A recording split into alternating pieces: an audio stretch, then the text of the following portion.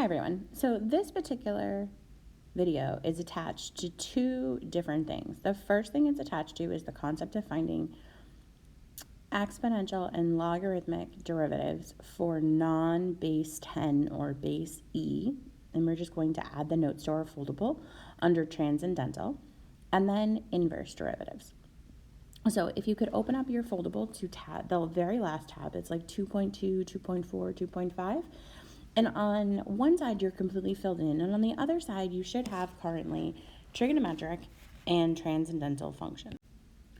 So above, you should have your trigonometric derivatives. This is a good time to check and make sure your derivatives are correct if you have not already done so. And your transcendental ones. And we're going to add two more to the world of transcendentals. So they are the derivative of an exponential that has a variable other than e, so this is like a to the x, and that becomes ln a times a to the x, and then we want to do the derivative of something that's a log that doesn't have a base of e or, and this becomes log base a. The derivative of the log base a of x is 1 over ln a times x. Okay. And so we'll do a couple of practice examples for that. So super quickly, find the derivative of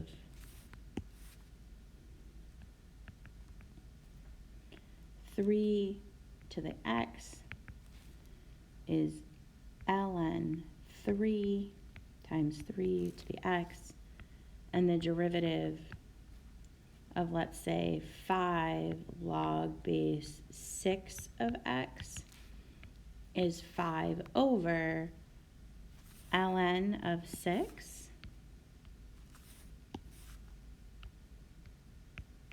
times x. All right, so moving on to inverse derivatives. So the one thing you need to know about inverse derivatives is that we only find inverse derivatives at a specific point. So the only way to find an inverse derivative of an entire function is to go ahead and actually find its inverse, okay? But to find the inverse derivative at a specific point, there is a trick that we can use, okay? So the first thing we need to know is that if f is a function that is continuous and differentiable,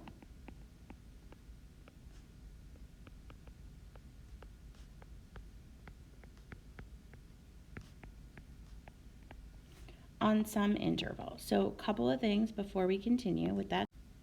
In order to be a differentiable function, you can't have a sharp turn, you have to have the slope on either side be the same. In order to be continuous, you can't have a hole or a jump or a break in your graph on a small interval. So in other words, there could be a hole or a discontinuity point or a point where you can't take the derivative somewhere else in the graph, but not at the point that we're talking about. Okay. Next up, g of x is the derivative, the inverse, the inverse of f of x. Then the derivative of g prime of x at a specific point can be found with g prime of x is equal to 1 over f prime of g of x, as long as f prime of g of x is not equal to 0, because we can't have the derivative equal, we can't divide by 0. Okay, and essentially to do this, there are 5 steps that we're going to go through. I'm not really sure today why I can't function. All right, so inverse steps. Okay. So you're going to graph f of x. You're going to find the derivative of f of x. you're going to graph y equals the point in question, and we'll do an example so you'll understand that.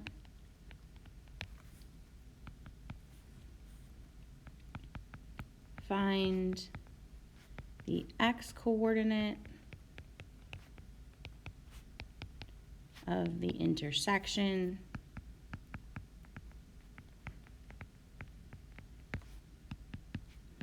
and evaluate at that value of x. Okay, so let's take a look at an example. You don't need to record this example in your foldable, but this may or may not be something that is helpful for you. Okay, so find the derivative of g of x given that g of x is the inverse of f of x at x equals 9. So I'm asked to find, in shorthand notation, g prime of 9. Okay, so the first thing I need is to graph my function, and my function is x cubed minus 2x plus 5. Okay, so could you go ahead and find the inverse of that function? Absolutely, but is the algebra probably a little bit more difficult than any of you would like to continue to do? Yes, that's true. Let's find the derivative of that. So 3x squared minus 2. And then the x value that they're interested in is 9, which means that's going to become my y value over here. Okay? So now that I have that and I've plotted them, I'm going to find the intersection. So they intersect at 2, 9.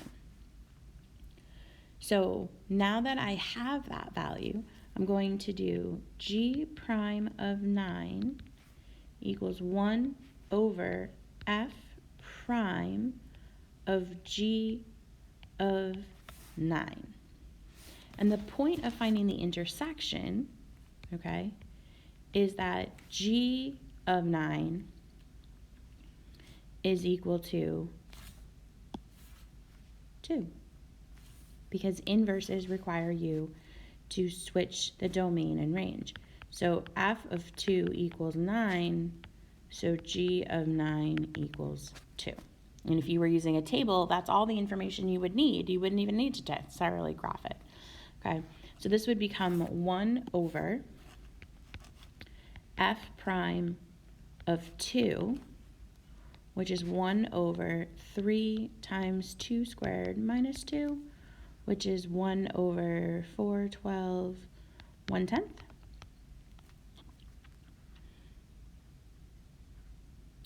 So the derivative at 9 is the derivative of g at 9 is equal to 1/10. Again, remember, this trick only works for evaluating at a specific point.